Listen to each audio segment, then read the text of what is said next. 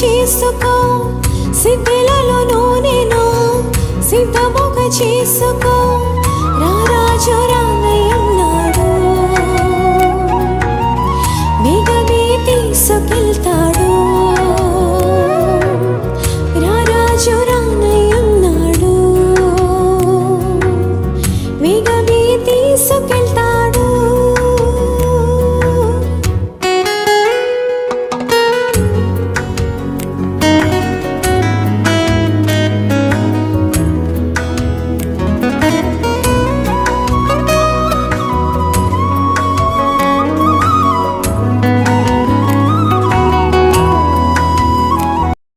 కృతజ్ఞతాస్తుతులు చెల్లించున్నాను.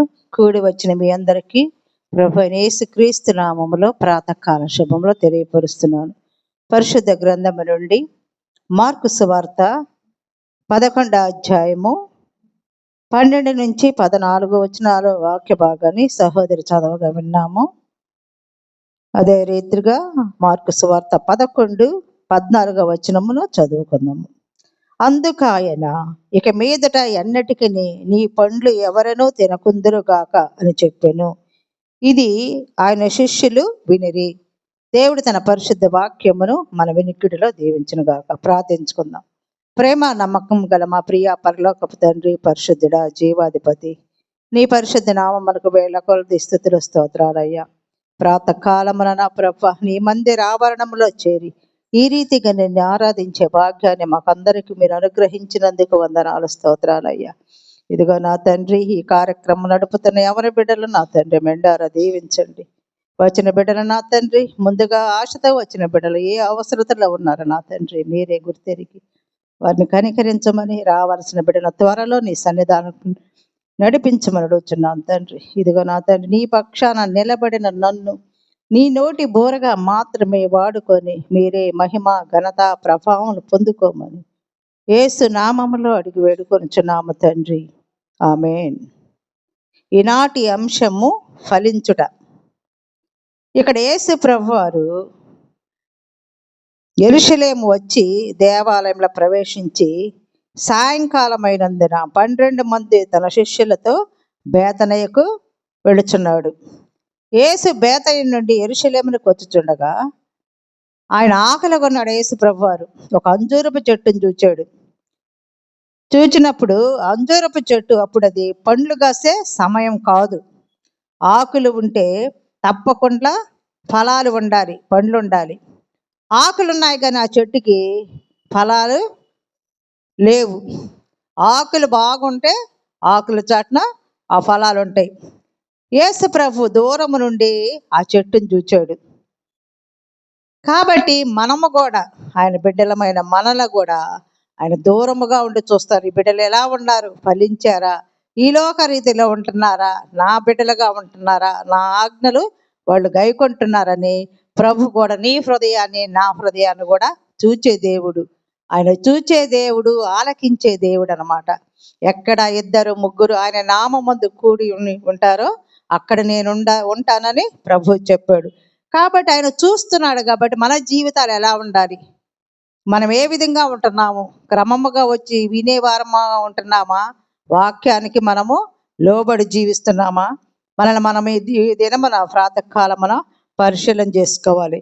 అలాగే యేసు ప్రభు మనల్ని చూస్తున్నాడు కాబట్టి, మన అంతరంగాన్ని చూచే దేవుడు కాబట్టి, ఆయన సృష్టికర్త, నిన్ను నన్ను సృష్టించాడు కాబట్టి ఆయన చేతి పని అయిన మనము ఆయన బలిష్టమైన చేతి కింద మనం ఎలా ఉండాలి, దీన మనస్కులుగా ఉండాలి, అణిగి మణిగి ఉండాలి. భయంతో ఈ జీవితం మనం జీవిస్తూ దేవుడు నన్ను చూస్తున్నాడని మనము బ్రతకాలి. ఇప్పుడు ఆదికాండము 1వ అధ్యాయము 28వ వచన భాగంలో, ఆదికాండము 1వ అధ్యాయము 28వ వచనంలో దేవుడు వారిని ఆశీర్వదించెను. ఎట్లనగా, మీరు ఫలించి అభివృద్ధి పొంది విస్తరించి భూమిని నిండించి దానిని లోబర్చుకొనుడి. సముద్రపు చేపలను, ఆకాశ పక్షులను, భూమి మీద ప్రాకు ప్రతి జీవిని ఏలుడని దేవుడు వారితో చెప్పాను. ఎవరితోటి? ఆదాము అవ్వలతోటి చెప్పాడు. మీరు ఆశీర్వదించాను, మీరు ఫలించి అభివృద్ధి పొందాలి, విస్తరించాలి, భూమిని సేద్యపరిచి నిండించాలి, దానిని లోపరుచుకోవాలని చెప్పినప్పుడు ఇక్కడ ఆదాము అవ్వలు ఏం చేస్తారంటే ఈ 3వ అధ్యాయంలో ఆయన దేవుడైన యెహోవా చేసిన సమస్త భూజంతువులలో సర్పము యుక్తి గలదై ఉండినది. ఆ స్త్రీతో అంటది, ఇది నిజమా?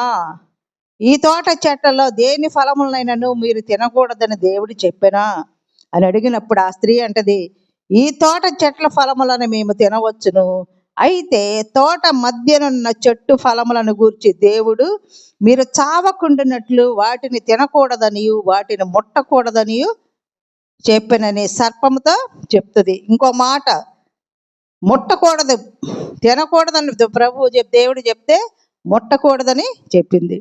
అప్పుడు ఆ సర్పం, మీరు చావరు ఏలయనగా మీరు వాటిని తినిదినమున మీ కన్నులు తెరవబడతాయి, మీరు మంచి చెడ్డలను ఎరిగిన వారై దేవదూతల వలె ఉంటారు అని, మీరు దేవదూతల వలె ఉందిరని దేవునికి తెలియనని ఆ స్త్రీతో చెప్పినప్పుడు ఆ స్త్రీ ఏం చేస్తుందంటే ఆ వృక్షము ఆహారమునకు మంచిదియు కన్నులకు అందమైనదియు వివేకమిచ్చు రమ్యమైనదియు ఉండట చూచినప్పుడు ఆమె ఏం చేస్తాడు, దాని ఫలములలో కొన్ని తీసుకొని తిని తనతో పాటు తన భర్తకు కూడా ఇస్తుంది.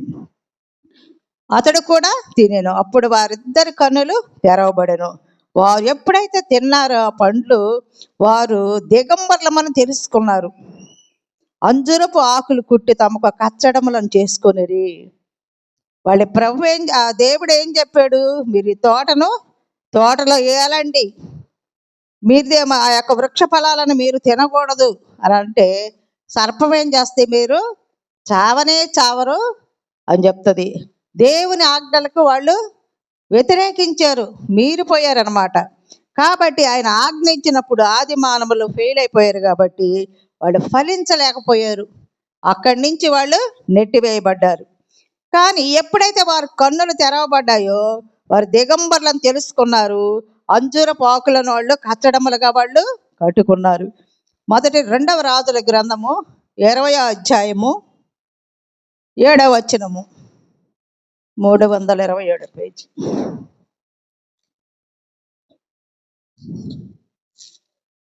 రెండవ రాజుల గ్రంథము 20వ అధ్యాయము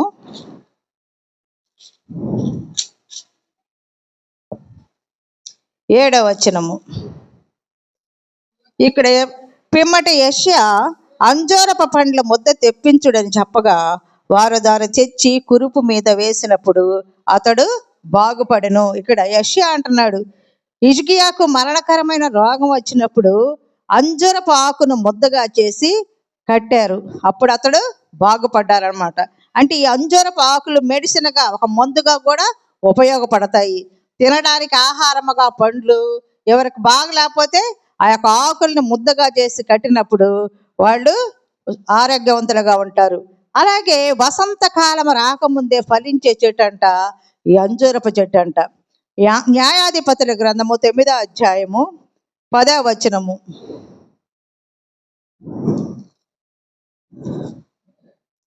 న్యాయాధిపతుల గ్రంథము 9వ అధ్యాయము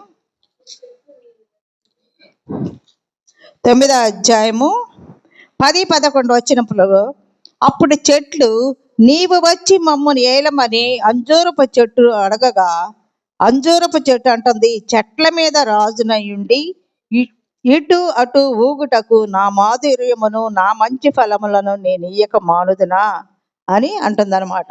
అంటే చెట్ల మీద రాజుగా కావాలని చెట్లన్నీ అంజూరపు చెట్టు దగ్గరికి వెళ్ళినప్పుడు మా మాధుర్యాన్ని నా మంచి ఫలములు నేను ఇవ్వకుండా నేను రాను అని చెప్తుంది.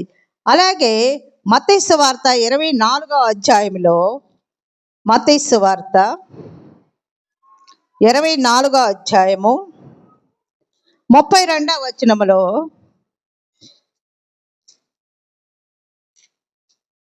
24:32 అంజూరపు చెట్టును చూచి ఒక ఉపమానము నేర్చుకొనుడి. అంజూరపు కొమ్మ లేతదై చిగురించినప్పుడు వసంతకాలము ఇంకా సమీపముగా ఉన్నదని మీకు తెలియను. ఆ ప్రకారమే మీరీ సంగతులన్నీ జరుగుట చూచినప్పుడు ఆయన సమీపముగానే ద్వారము దగ్గరనే ఉన్నాడని తెలుసుకొనుడి. ఈ అంజూరపు చెట్టు వసంతకాలమునకు సూచన అనమాట. ఆ యొక్క చిగురించినప్పుడు చెట్టు ఆయన వసంతకాలం సమీపముగా ఉన్నదని మనం తెలుసుకోవాలి. ఆ ప్రకారమే ప్రభువు కూడా మనకు ద్వారము దగ్గరే ఉన్నాడని మనము తెలుసుకోవాలి. కాబట్టి అది రాకడకు సూచనగా ఉన్నది. యేసు ప్రభు వారు ఈ అంజూరపు చెట్టుని గురించి లూకాసు వార్త 13వ అధ్యాయము 36వ వచనములో, లూకాసు వార్త 13వ అధ్యాయము లూకా 13:6-9 వరకు చూసినట్లయితే ఇక్కడ ఆయన ఉపమానము చెప్తున్నాడు ప్రభు. ఒక మనుష్యుని ద్రాక్ష తోటలో అంజూరపు చెట్టు ఒకటి నాటబడి ఉండెను. అతడు దాని పండ్లు వెదకి వచ్చినప్పుడు ఏమీ దొరకలేదంట. ఒక వ్యక్తి తన తోటలో అంజూరపు చెట్టును ఒకటి నాటించినప్పుడు, ఒకసారి మనం ఒక చెట్టుని వేసినప్పుడు ఆ చెట్టు ఎదిగి మొక్క అయ్యి విత్తనాలు వచ్చి పండ్లు వచ్చిన దాకా మనం ఎదురు చూస్తాం. ఎందుకంటే మనం ఆశపడి వేసుకున్నాం కాబట్టి.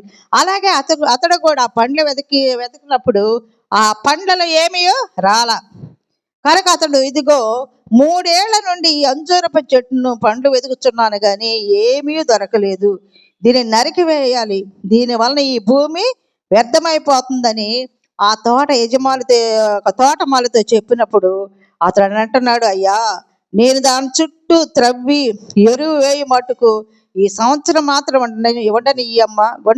వండనిమ్ము, అది ఫలించినా సరే, లేని ఎడల నరికివేయమని అతన్ని వేడుకుంటాడు. ఆ తోటమాలి కష్టం కదా, బాగా పాదులు తీసి ఎరువులేసి వాటంతా సంరక్షణ అంతా చూసేవాడు. ఆ యజమానుడు వచ్చి తీయమంటే, అయ్యా అవి 1 సంవత్సరానికి ఉంచయ్యా, నేను దానికి ఎరువు వేసి బాగా చేస్తాను, ఒకవేళ ఫలించిన సరే, లేకపోతే తీసివేయమని బ్రతిమాలుకుంటాడు. అలాగే ఫలించకపోతే ఏంటి, అది నరకబడి బయట పారవేయబడుతుంది. అలాగే నామకార్థమైన క్రైస్తవ జీవితానికి గుర్తుగా ఉన్నదన్నమాట. ఫలాలు ఫలించకపోతే అది నిష్ప్రయోజనము. ఆ చెట్టు ఎలాగో మనము కూడా ప్రతిదినము మనము వాక్యోపదేశానికి లోబడుతుంటున్నాము, వింటున్నాము, ప్రార్థిస్తున్నాము, క్రమం తప్పకుండా ఆలయాలకు వెళుతున్నాం. కానీ మనం మారకపోతే మన జీవితానికి ప్రయోజనమేమీ లేదు. మనము కూడా ఒక కాలం వస్తుంది, ఆ కాలంలో తీర్పు జరిగిన తర్వాత మనం ఎక్కడుంటాము, మారకపోతే నిత్య నరకాగ్నిలో ఉంటాము. ఇక్కడ ఈ చెట్టు కూడా ఫలించకపోతే నరికేసి అగ్నిగుండంలో వేస్తారు. మనము కూడా మన జీవితాలను ఈ చెట్టును చూసి మన జీవితం ఎలా ఉంది, నా జీవితం ఎలా ఉంది అని మనము పరిశీలన చేసుకొని మనము దేవుని బిడ్డలుగా ఉండడానికి మనము తీర్మానం చేసుకోవాలి. యేసు ప్రభు అంటున్నాడు, నీవెన్నటికి నీ కాపు కాయవు, నీ పండ్లు ఎవరు తినకూడదని శపించాడు. ఆకలి కొన్నాడు, చెట్టును చూశాడు, అక్కడ ఫలాలు లేవు కాబట్టి ఆ చెట్టుని శపించాడు. అలాగే నిన్ను నన్ను చూడడానికి ప్రభు ఉన్నాడు. మనం ఫలించాలి. ఎప్పుడైతే మనం ఫలిస్తామో తండ్రి బహుగా ఆయన మహిమపరచబడతాడు. అలాగే దేవుడు లోకమును ఎంతో ప్రేమించెను కాగా ఆయన తన అద్వితీయ కుమారునిగా పుట్టిన వాని యందు విశ్వాసముంచు ప్రతివాడును నశింపక నిత్య జీవము పొందినట్లు ఆయనను అనుగ్రహించాడు. ఈ లోకములో మనల్ని దేవుడు సృష్టించాడు, కానీ ఆయన అద్వితీయ కుమారుడు, ఏకైక కుమారుడు మనము ఆయన యందు విశ్వాసం ఉంచాలి. ఎప్పుడైతే ఎవరైతే ఆయన యందు విశ్వాసం ఉంచుతారో నిత్య జీవము పొందుకుంటారన్నమాట. విశ్వసిస్తే ఎక్కడుంటారు, నిత్య జీవంలో ఉంటారు తన కుమారుడిని. విశ్వసించకపోతే నశించిపోయి నిత్య నరకంలో ఉంటాము. నీవు నేను ఆయన చేతులతో సృష్టించబడినాం కాబట్టి మనం ఆ నిత్య నరకాగ్నిలో ఉండడం ఆ ప్రభువుకి ఇష్టం లేదు. కాబట్టి దేవుడు ఏం చేశాడంటే తన ఏకైక కుమారుని ఈ లోకానికి పంపించాడు. ఆయన ద్వారానే మనకు రక్షణ. నేనే మార్గమును సత్యమును జీవమును, నా ద్వారానే తప్ప ఎవడను తండ్రి యొద్దకు రాడు. కాబట్టి మనం రక్షింపబడాలంటే ఆ కుమారుని మనం విశ్వసించాలి, ఆయన మాటలు వినాలి, లోబడాలి, బాప్తిస్ము తీసుకోవాలి. కాబట్టి ఏ మార్గం లేదు కాబట్టి, ఏ డబ్బులు పెట్టి మనం కొనలేం. కాబట్టి ఒకటి ప్రభువును మనం విశ్వసించాలి, మన హృదయంలో ఆయనకి స్థానం ఇవ్వాలి. అలాగే కుమారుని యందు విశ్వాసం ఉంచువాడే నిత్య జీవము కలవాడు, కుమారునికి విధేయుడు కానివాడు జీవము చూడడు గాని దేవుని ఉగ్రత మన మీద నిలిచి ఉంటుంది. ఆయన ఎన్నో శ్రమల పడి మనము పాపపు స్థితిలో ఉండగానే ఆయన తన విలువైన రక్తాన్ని కల్వరి సిలువలో కార్చి వెలబెట్టి కొన్నాడు. మనం పాపములమై ఉండగానే మనల్ని కొన్నాడు కాబట్టి ఆయన బిడ్డలం మనము. ఆయన ఈ లోకానికి వచ్చి అంత త్యాగము చేసినప్పుడు ఆయన మనం విశ్వసించకపోతే మనకు ఆయన ఉగ్రత మన మీద ఉంటది. కాబట్టి ఈ సమయాన్ని మనం సద్వినియోగం చేసుకోవాలి. ఎంతోమంది చెప్తా ఉంటారు, మామూలుగా అది పాత పాట అనుకోకుండా ఇదే ఆఖరి సమయం అనుకో, నీకు నాకు ఇదే ఆఖరి ప్రసంగము, ఇదే ఆఖరిగా కూర్చోవడం అనుకొని మనం ఆలోచన చేసుకుంటే మన జీవితాన్ని ఎక్కడుంటామో మన అంతరాత్మకే తెలుస్తుంది. కాబట్టి మీరు వాక్యము వినువారు మాత్రమే ఉండక వాక్య ప్రకారం ప్రవర్తించు వారి వలె ఉండాలని ప్రభు కోరుకుంటున్నాడు. మనం వింటున్నాము, వినాలి, వాక్యానుసారంగా మనము జీవించాలి. ఈ చెట్టు ఎట్లా ఉందంటే అంజూరపు చెట్టు ఆకులతో నింపబడి ఫలాలు లేవు, ఈ లోక నటన ధరించుకొని ఉన్నది. అలాగే వేషలకు పరలోకంలో స్థానం ఉన్నది, కానీ వేషధారులకు పరలోకంలో స్థానం లేదు. వాళ్ళు పశ్చాత్తాపంతో తన పాపాలను ఒప్పుకుంటే పరలోక రాజ్యంలో ఉంటాము. కానీ మనమేంది, నేను భక్తి పరుడిని, నేను వాక్యం చదువుతున్నాను, ప్రార్థన చేస్తున్నాను, వాక్యం చెబుతున్నాను, నేను పరలోకంలో ఉంటాను. అదేంది, వేషధారులు. కాబట్టి అలాంటి వాళ్ళు పరలోక రాజ్యంలో స్థానం లేదు. ఇక్కడ మత్తయి దావీదు అంటున్నాడు, దేవుడికి దావీదు మహారాజు ఇష్టడు, నా హృదయానుసారుడని దేవుడే చెప్తున్నాడు. కానీ దావీదు మనలాంటి మానవుడే పాపం చేశాడు, కానీ ఆ పాపాన్ని దాచిపెట్టుకోవాలా, ఒప్పుకున్నాడు పశ్చాత్తాపంతో. అయ్యా, నేను పాపం చేశాను, నన్ను కడుగు, హిస్సోపుతో కడుగు, నన్ను పవిత్రపరచు అని ఆయన దేవుని సన్నిధిలో మొరపెట్టినప్పుడు ఆ పాపాలను క్షమించాడు. కానీ ఆది దంపతులు అయినటువంటి హవ్వ ఆదాములు ఏం చేశారు, దేవుని ఆజ్ఞను అతిక్రమించి పాపం చేశారు. ఈయన దావీదు ఒప్పుకున్నాడు, ఆడవాళ్ళ పశ్చాత్తాపడలా, దేవుని మేము తప్పు చేసామని ఒప్పుకోలేదు. అలాగే దావీదు అంటున్నాడు, నీ ఎదుట నా పాపములు నేను ఒప్పుకుంటున్నానయ్యా అన్నాడు. దావీదు తన పాపాలను ఒప్పుకున్నప్పుడు దేవుడు క్షమించాడు. కయ్యను దేవుడు ఏం చేశాడు, శపించాడు. ఎందుకు, తమ్ముడైన హేబెలును ఆయన పైన పడి చంపివేశాడు. పశ్చాత్తాపడలా, నేను చంపేనే నా తమ్ముడిని. ఎవరైతే అందరూ పాపం చేస్తున్నారు కానీ దాన్ని తెలుసుకొని నేను చేయనని దేవుని సన్నిధిలో మొర్ర పెట్టుకున్నట్టయితే వారిని క్షమించే దేవుడు అనమాట.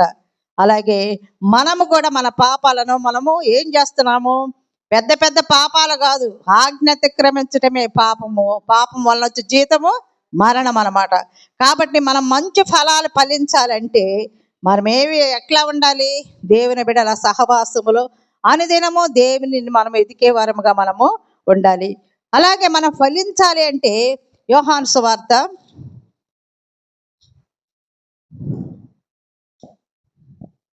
15:5 ద్రాక్షావల్లిని నేను, తీగలు మీరు, ఎవడు నా యందు నిలిచియుండునో, నేను ఎవని యందు నిలిచియుందునో వాడు బహుగా ఫలించును.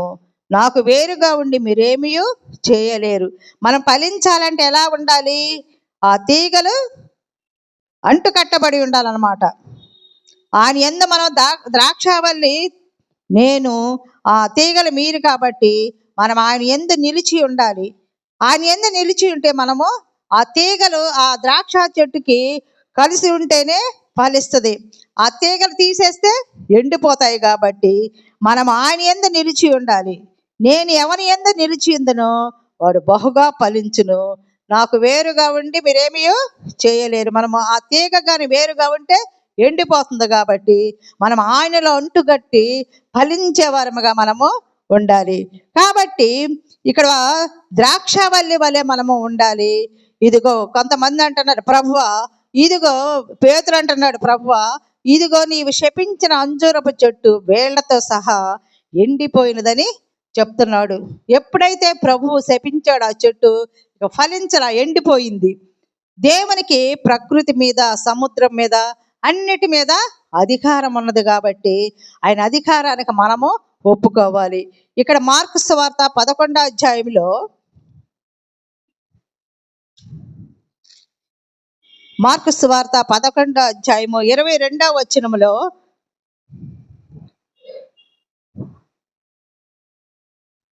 అందుకు యేసు వారితో ఇట్లనెను, మీరు దేవుని యందు విశ్వాసం ఉంచుడి. ఎవడైనను ఈ కొండను చూచి నీవు ఎత్తబడి సముద్రములో పడవేయబడుమని చెప్పి తన మనసులో సందేహింపక తాను చెప్పునది జరుగునని నమ్మిన ఎడల వాడు చెప్పినది జరుగునని మీతో నిశ్చయముగా చెప్పుచున్నాను. అంటే విశ్వసించాలి. ఏదైనా కానీ విశ్వసించి ఇదిగో ఈ కొండ తీసుకెళ్ళి సముద్ర పడవేయబడును అని చెప్పినప్పుడు ప్రార్థించినప్పుడు విశ్వాసములో మనం చేసినట్టయితే ఆ ప్రార్థనకు జవాబు ఉంటుంది. అలాగే ప్రభు అంటున్నాడు, అందుచేత ప్రార్థన చేయనప్పుడు మీరు అడుగుచున్న వాటినెల్లను పొంది ఉన్నామని నమ్ముడి, అప్పుడు అవి మీకు కలుగునని మీతో చెప్పుచున్నాను. మన నోటికి వచ్చి చేస్తున్నాము ప్రార్థన, దేవుడు వింటలేదు అని అనుకుంటున్నాము, నాకు జవాబు రాలేదనుకుంటున్నాం. కానీ మనం అడిగినవి కూడా విశ్వాసముతో నాకు జరుగుతుంది, ప్రభువు నాకు దయచేయగలడు అని స్థిరముగా విశ్వాసములో మనం ప్రార్థిస్తే మనం అడిగినవన్నీ కూడా ప్రభు ఇస్తాడు. ఎవరు దేవుని బిడ్డలు ప్రార్థిస్తే, దేవునికి దూరముగా ఉండి ప్రార్థించిన వాళ్ళకు కాదు, కానీ దేవుని బిడ్డలుగా ఆయన ఆజ్ఞలను పాటిస్తూ ఆయన యందు విశ్వాసం ఉంచిన బిడ్డలకే అవి సాధ్యమవుతుంది. కాబట్టి ఆయనను అంటు కట్టబడినప్పుడే మనం బహుగా ఫలిస్తాము. మన ఫలాలు దేవుని మహిమపరిచేగా ఉండాలి. మహిమ అంటే మంచితనము. ఆయన మంచితనాన్ని మనము చూస్తాము. మన తల్లిదండ్రుల బిడ్డలకు ఎలా చూస్తారో పక్కింటి బిడ్డల్లాగా చూస్తారా?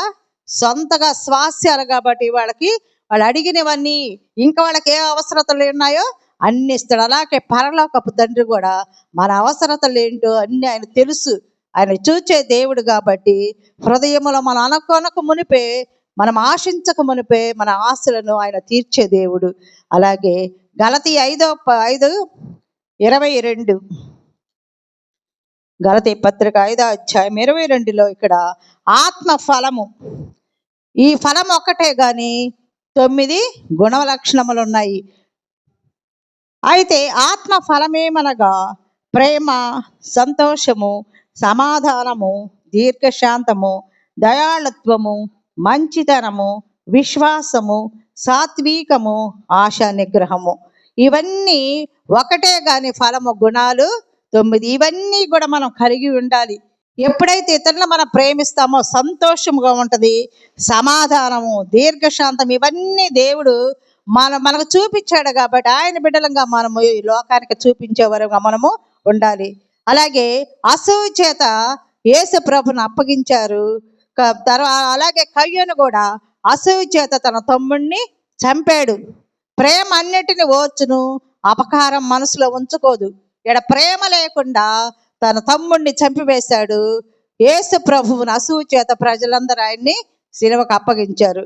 కాబట్టి ఆయన ద్వారా మనము దేవునికి ఎల్లప్పుడూ స్తుతియాగం చేసేవారముగా, జిహ్వా ఫలము అర్పించేవారముగా మనం ఉండాలి.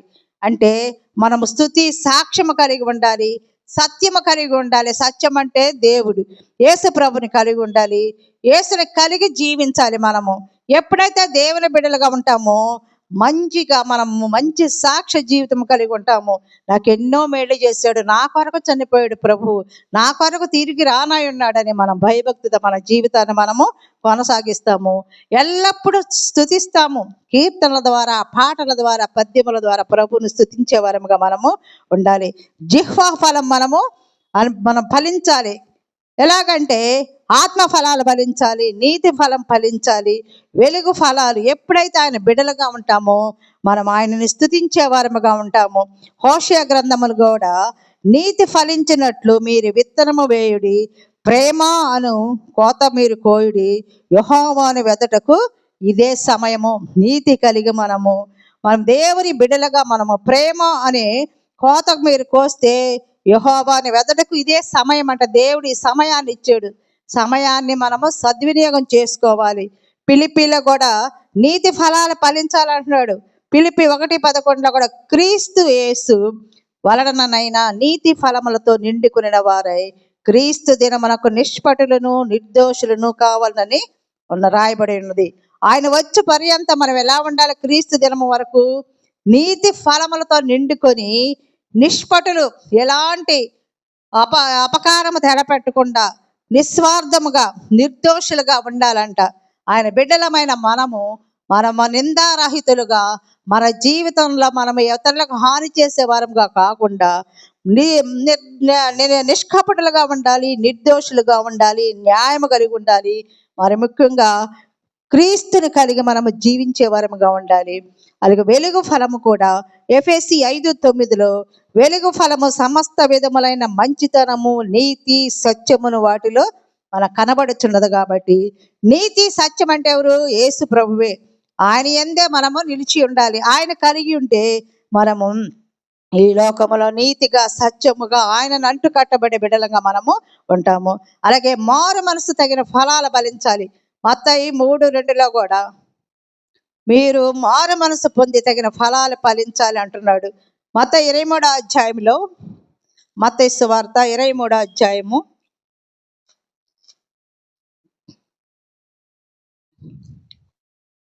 23 వరకు వచ్చిన భాగం చూచినట్లయితే, అయ్యో వేషధారులైన శాస్త్రులారా, పరిసయ్యులారా, మీరు పుదీనాలోను, సోపులోను, జీలకర్రలోను 10వ వంతు చెల్లించి ధర్మశాస్త్రములో ప్రధానమైన విషయములు అనగా న్యాయమును, కనికరమును, విశ్వాసమును విడిచిపెట్టితిరి.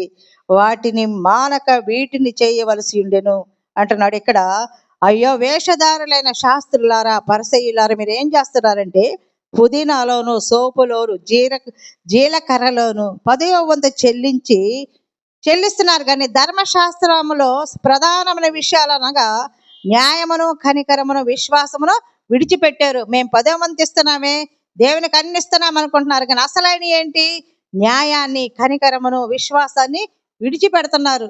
కొందరైతే మేము అన్ని కానుకలు ఇస్తున్నాము, ఇంత ఇస్తున్నాము, 10వ భాగం ఇస్తున్నాము అది స్వార్థంగా చెప్పుకుంటారు. కానీ వాళ్ళ హృదయాలను దేవునికి ఇవ్వరు. ఎన్ని ఇచ్చిన ఏం ప్రయోజనము? ఆయన హృదయములు ఆహ్వానించకుండా న్యాయము, కనికరము, విశ్వాసములో లేరంట.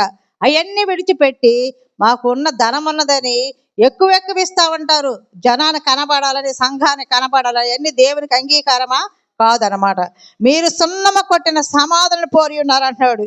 ఇక్కడ వేషధారులైన శాస్త్రులారా, పరిసయ్యులారా, మీరు సున్నమ కొట్టిన సమాధులను పోరి ఉన్నారు. అవి వెలుపల శృంగారముగా కనబడును గాని లోపల చచ్చిన వారు ఎముకలతో సమస్త కల్మషముతో నిండి ఉన్నది. సమాధులు ఎలా ఉంటున్నాయి? బయటే మనం పండగలు వచ్చినప్పుడు బాగా దాన్ని సున్నం కొట్టి రంగులేసి అలంకరిస్తాం పువ్వులతోటి. కానీ లోపల ఎలా ఉంటుంది సమాధి? సమస్త కల్మషముతో, తర్వాత ఎముకలు, చచ్చిన వారి ఎముకలతో ఉంటది. శృంగారంగా ఉంటది కానీ లోపల భయంకరంగా ఉంటది. అలాంటి జీవితం కలిగి ఉన్నారు మీరు. సున్నము కొట్టిన సమాధులను పోలి ఉన్నారు అంటున్నాడు. కాబట్టి కొంతమంది వెలుపల మనుషులకు నీతిమంతులుగా కనబడతారు కానీ లోపల వేషధారణ, అక్రమంతో ఉంటారు. అసూయ, పగ, నాకంటే ముందుకెళ్తున్నారే, మా కుటుంబం కంటే ఎక్కువ డెవలప్ అవుతున్నారే, అట్ట సంపాదిస్తున్నారు, ఎటు సంపాదిస్తున్నారని ఆ అసూయ, పగలతో ఉంటారు. కానీ వాళ్ళు ఎలా ఉంటున్నారు? సున్నమ కొట్టిన సమాధులను పోరి ఉంటున్నారు. కాబట్టి మనం ఎలా ఉండాలి? దేవుని బిడ్డలుగా నీతి న్యాయములతో, విశ్వాసములో మనము స్థిరముగా మనము ఉండాలి. అలాగే మత్తయి సువార్త 7వ అధ్యాయము, మత్తయి సువార్త 7:17 వచనములో కూడా అలాగననే ప్రతి మంచి చెట్టు మంచి ఫలములు ఫలించును, పనికి మాలిన చెట్టు కాని ఫలములు ఫలించును. మంచి చెట్టు కాని ఫలములు ఫలింపనేరదు, పనికి మాలిన చెట్టు మంచి ఫలములు ఫలింపనేరదు. ప్రతి ఫలముల ఫలింపని ప్రతి చెట్టు నరకబడి అగ్నిలో వేయబడును. కాబట్టి మనము మంచి ఫలాలు ఫలించే వరముగా ఉండాలి కానీ కాని ఫలాలు ఫలించకూడదు. ఆ దినమున అనేకులు వచ్చి అంటారు, ప్రభువా మేము నీ నామమున ప్రవచింపలేదా, దెయ్యములను వెళ్ళగొట్టలేదా, అద్భుతములు చేయలేదా అని చెప్పుదురు. కానీ ప్రభు అంటున్నాడు ఇక్కడ, అక్రమము చేయవారులారా, నా యొద్ద నుండి పండని వారితో చెప్పుదును అన్న. కాబట్టి ఈ నా మాటలు విని వాడు చొప్పున చేయి ప్రతివాడే బండ మీద తన ఇల్లు కట్టుకున్న బుద్ధిమంతుని పోలి ఉండును. కాబట్టి అన్నీ చేస్తారు కానీ అసలైన విషయం ఏంటంటే ప్రభుని వాళ్ళు చేర్చుకోరు హృదయంలో. ఆయన చెయ్యి చాచి పిలుస్తున్నాడు, హృదయం అనే తలుపు వద్ద పిలుస్తున్నాడు, ఉంటున్నాడు. మీరు మీ హృదయ తలుపులు తీస్తే నేను వచ్చి మీ యొక్క హృదయంలో ఉంటానని. ఆయన హృదయము దేవాలయము. కాబట్టి మనము ఆయన పేరు పెట్టుకుని మన ఇష్టానుసారముగా జీవిస్తున్నాం. కానీ ఆయన అంటున్న మీరెవరో నాకు తెలియదు, అక్రమం చేయవారులారా నా యొద్ద నుండి పొండని ఆయన చెప్తున్నాడు.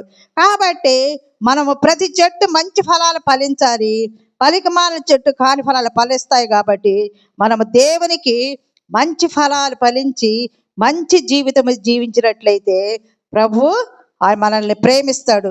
అలాగే పరలోకమందున నా తండ్రి నాటిన ప్రతి మొక్కయు పెళ్ళగింపబడును. ఆ తండ్రి నాటిన చెట్టే ఫలిస్తుంది, కానీ ఆయన నాటిన చెట్టు పెళ్ళగింపబడి బయట పారవేయబడుతుంది. అంటే ఆయన అందరూ సృష్టించాడు, కానీ ఆయన ఆజ్ఞను పాటించిన వారు ఉంటారు వాళ్ళ ఇష్టానుసారంగా. కాబట్టి వాళ్ళు పెళ్ళగింపబడతారనమాట. మన వేషధార జీవితం తీసివేసుకోవాలి, మన నటన జీవితాన్ని ఎవరి కోసం నటించాలి? ప్రజల కోసమా, జనం కోసమా, లోకం కోసమా? కానీ మన జీవితం మనది, మన చేతిలో ఉన్నది. మనం నశించాలన్నా ఆ యొక్క నిత్య జీవం పొందాలన్నా దేవుడు రెండు మార్గాలు మన ముందుంచి, ఇరుకు మార్గం ఒకటి, విశాల మార్గం ఒకటి. విశాల మార్గంలో పోయేవాళ్ళు అనేకులు. మన ఇష్టానుసారంగా జీవిస్తాము, ఎవరు అదుపాజ్ఞ ఉండదు, మన జీవితం మన ఇష్టము. కానీ తుదకి ఎక్కడ పోతుంది? నరకానికి. ఇరుకు మార్గంలో పోయేవాళ్ళు చాలా తక్కువ మంది. ఆ కష్టాలు, నిందలు, బాధలు, అవమానాలు అన్నీ ఉంటాయి. కానీ వాటికన్నిటికీ ప్రభు బిడలంగా మనం నిలబెట్టుకొని ఆయన గురి ఎద్దకే మనం పరిగెడితే ఆయన ఎక్కడుంటున్నాడు? ప్రభు ఆ నిత్య జీవన మనకి ఇచ్చే దేవుడిగా ఉంటున్నాడు. నా యందు మీరు ఉంటే బహుగా ఫలిస్తారు, బహుగా ఫలించడం ద్వారా నా తండ్రి మహిమపరచబడతాడు. కాబట్టి ఆయన మహిమపరిచే బిడ్డలంగా మనం ఉండాలి, కానీ ఆయన అవమానపరిచే వాళ్ళంగా మనము ఉండకూడదు. అలాగే గలతీ 6:8 కూడా ఎలాగనగా తన శరీరేచ్ఛల నుండి విత్తువాడు తన శరీరము నుండి క్షయమును పంట కోయును, ఆత్మను బట్టి విత్తువాడు ఆత్మ నుండి నిత్య జీవమును పంటను కోయును. కాబట్టి మనలో ఉన్నటువంటి నరికివేసే జీవితము, అగ్నిలో వేయబడే జీవితం మనము అవన్నీ తీసివేసుకోవాలి. మనం ఉన్నామా, ఏ స్థితిలో ఉన్నాము మనమని మనం పరిశీలన చేసుకొని ఆయన బిడ్డలుగా ఉండడానికి మనం ఈ దినాన్ని దేవుడు ఇచ్చాడు. కాబట్టి తీర్మానం చేసుకోవాలి, ప్రభువా నాకు తెలియకుండా నీకు అవమానంగా చేసే పనుల్లో ఉన్నానేమో, నా జీవితం అలా ఉన్నదేమో, నా నడక అలా ఉన్నదేమో, నా ప్రవర్తన అలా ఉన్నదేమో, నా చూపులు అలా ఉన్నాయేమో, తీసివేసుకుని నన్ను క్షమించాయని మనం ఈ దినమే ఆయన కాళ్ళ మీద పడినట్టయితే ఆయన క్షమించే దేవుడు, ఆయన తన బిడ్డగా స్వీకరిస్తాడు. కాబట్టి మన జీవితం ఎలా ఉన్నది? నటన జీవితముగా ఉన్నదా? ఈ యొక్క అంజూరపు చెట్టులాగా దేవుని మహిమపరిచేలాగా ఫలించే చెట్టులాగా ఆత్మ ఫలాలు ఫలించే జీవితముగా ఉన్నామా మనం పరిశీలన చేసుకోవాలి. అలాగే ప్రకటన 22వ అధ్యాయము, ప్రకటన 22:2 వచనములో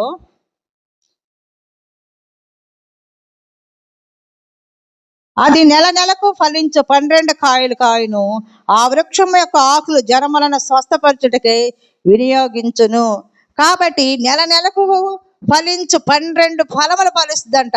మనము ఆ 12 ఫలాలు మనము ఆయన బిడ్డలంగా మనము ఉండాలి. మనం ఈ లోకములో మంచి ఫలాలు ఫలిస్తే మనం పరలోకములో జీవవృక్ష ఫలాలను మనం భుజిస్తాము. మనం ఈ లోకములో మన ఇష్టానుసారంగా మనం జీవిస్తే అగ్నిలో వేయబడతాము. అగ్ని ఆరదు, పురుగు చావదు. కాబట్టి మనం ఎక్కడ ఉండాలి? అగ్నిలో ఉంటామా? దేవుని యొక్క పరలోక రాజ్యంలో జీవవృక్ష ఫలాలను భుజిస్తామా? మనల్ని మనం పరిశీలన చేసుకోవాలి. కాబట్టి మనల్ని పరిశీలన చేసుకొని దేవునికి ఇష్టమైన బిడ్డలంగా మంచి ఫలాలు ఫలించి మనము దేవుని మహిమపరిచే వరముగా ఉండాలి. నిన్ను బట్టి నన్ను బట్టి ఆయన ఏడ్చే దేవుడుగా ఉండకూడదు. నిన్ను బట్టి నన్ను బట్టి 22 లాగా ప్రేమ, సమాధానము, సంతోషము, దీర్ఘశాంతము, దయాళత్వము, మంచితనము, విశ్వాసము, సాత్వికము, ఆశా నిగ్రహము కలిగి ఇతరులను ప్రేమించే బిడ్డలుగా ఉండాలి. మనం ఫలించి దేవుని మహిమపరిచే బిడ్డలుగా ఉండాలి. ఎప్పుడైతే ఆయన మహిమపరచబడతాడో మన జీవితం కూడా దేవుని చేతిలో పెట్టినట్లయితే ఆ పరలోక రాజ్యంలో నిత్య జీవంలో మనం ఉంటాము. కాబట్టి ఈ దినమే దేవుడు మనకు ఒక సమయాన్ని ఇచ్చాడు. ఆ సమయంలో మనల్ని మనం పరిశీలన చేసుకొని దేవునికి ఇష్టమైన బిడ్డలుగా ఉండాలని తీర్మానం చేసుకొని ఆయన ఎక్కడ ఉంటాడు? ఆయన మళ్ళా తిరిగి రానై ఉన్నాడు. నేనుండే స్థలంలో మీరును ఉండేలాగా మరలా వచ్చి నా యొద్ద ఉండడానికి మిమ్మల్ని తీసుకెళ్ళడానికి వస్తానంటాడు. కాబట్టి మనం సిద్ధపడాలి. మన జీవితాలు, మన కుటుంబంలో, మన బిడ్డలు, మన సంతానం, మనం అందరం రక్షింపబడాలి. ఆయన రాకళ్ళ సిద్ధపడి విశ్వాసములో స్థిరులుగా ఉన్నట్టయితే ఆయన సంతోషంగా ఆయన ఉండే స్థలం తన కుమార్తెలు తీసుకెళ్తాడు. కాబట్టి ఈరోజు మన జీవితాలు ఎలా ఉన్నాయో మనల్ని మనం పరిశీలన చేసుకొని ఆయన బిడ్డలుగా ఉండడానికి మనము నిశ్చయం చేసుకోవాలి. దేవుడి కొద్ది మాటలు దీవించునుగాక. పరలోకపు తండ్రి, పరిశుద్ధుల జీవాధిపతి, నీకే వందనములు స్తోత్రాలు చెల్లిస్తున్నామయ్యా. ఈ ప్రాతకాల తీర్మానం మేము ఏ విధంగా ఫలించాలో, ఏ విధంగా జీవించాలో వాక్యం ద్వారా మీరు మమ్మల్ని హెచ్చరించిన విధానాన్ని బట్టి వందనాలు తండ్రి. మా ఉన్న వేషధారితనాన్ని తీసివేసుకొని నీకు ఇష్టమైన బిడ్డలంగా నా తండ్రి స్తుతి స్తోత్రములు కలిగి మంచి సాక్ష్యము కలిగి జీవించే బిడ్డలంగా ఉండడానికి కృప చూపండి. వాక్యం విన్న ప్రతి బిడ్డను దీవించండి. వాక్యానికి లోబడి నా తండ్రి నిన్ను సొంత రక్షకునిగా అంగీకరించి మంచి కుటుంబముగా ఉండడానికి, మంచి వ్యక్తిగా ఉండడానికి మంచి మనసు దయచేయండి. రావలసిన ప్రతిఫలాన్ని బిడ్డలు అనుగ్రహించండి. ఈ వాక్యాన్ని ప్రతి వారి హృదయంలో నీరు కట్టి ఫలింపజేసి మేము వాక్యానుసారంగా జీవించడానికి కృప అనుగ్రహించండి. నా తండ్రి మేము ఆ నిత్య జీవములో జీవవృక్ష ఫలాలు తినేవారం ఉండడానికి నా తండ్రి సహాయం చేయండి. ఆ నిత్య నరకాగ్నిలో లేకుండా నా ప్రభావం సహాయం చేయండి. ఈ లోకాధికారికి మేము దాసులు కాకుండా నీ బిడ్డలుగా ఉండడానికి సమయాన్ని ఇచ్చినందుకు నీకే వందనములు స్తోత్రాలయ్యా. మా పాళంలో ప్రతి కుటుంబాన్ని మీరు దర్శించండి. ఎవరైతే ఏ అవసరతలో ఉన్నారో నా తండ్రి మీ కృపలో జ్ఞాపకం చేసుకోండి. అనారోగ్య స్థితిలో బిడ్డలు నా తండ్రి లేవనెత్తండి. నేను స్వస్థపరిచి యెహోవాని నేనే అన్నావనయ్యా. నీ కృపలో జ్ఞాపకం చేసుకోయ్యా. వృద్ధులను, చిన్నబిడ్డలను, యవన బిడ్డలను, విధవరాండ్రను నా తండ్రి జ్ఞాపకం చేసుకోండి. ఎవరైతే ఉద్యోగాల కోసం, వివాహాల కోసం, గర్భఫలాల కోసం ఎదురు చూస్తున్నారో కనికరించండి. ఇదిగో నా తండ్రి చదువుకున్న ప్రతి ఒక్క బిడ్డ నీ పరలోక జ్ఞానంతో నింపుకోండి నా ప్రభువా.